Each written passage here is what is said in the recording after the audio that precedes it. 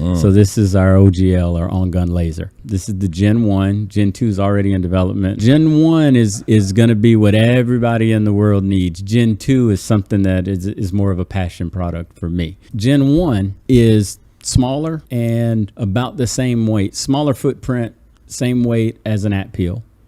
But we've increased the ergonomics, and we've made a few changes that I think make this the premier on-gun laser. So number one, we went with a green visible laser instead of a red, because it throws better, it's easier for the eye to see, that kind of thing.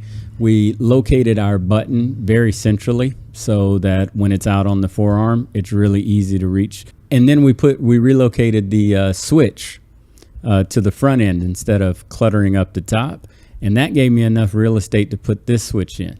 And this is your illuminator beam divergence. So I can go from a spotlight to a floodlight with my thumb, just moving it across. And it makes it, much easier to find the fire button.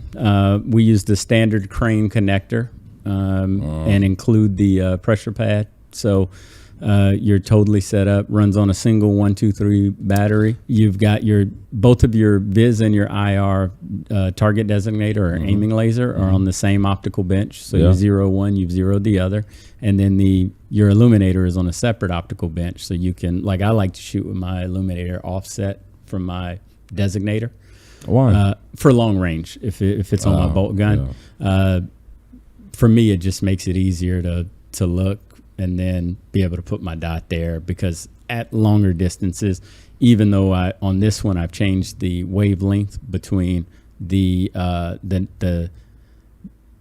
IR illuminator and the IR designator, so that even out to about 600 or 800, the luminance of the two is great enough that you'll always be able to see where your dot is. They won't wash out. Okay. But I've already played with this one enough to know I still like it offset. So we kept them on a separate optical bench because that makes sense for that.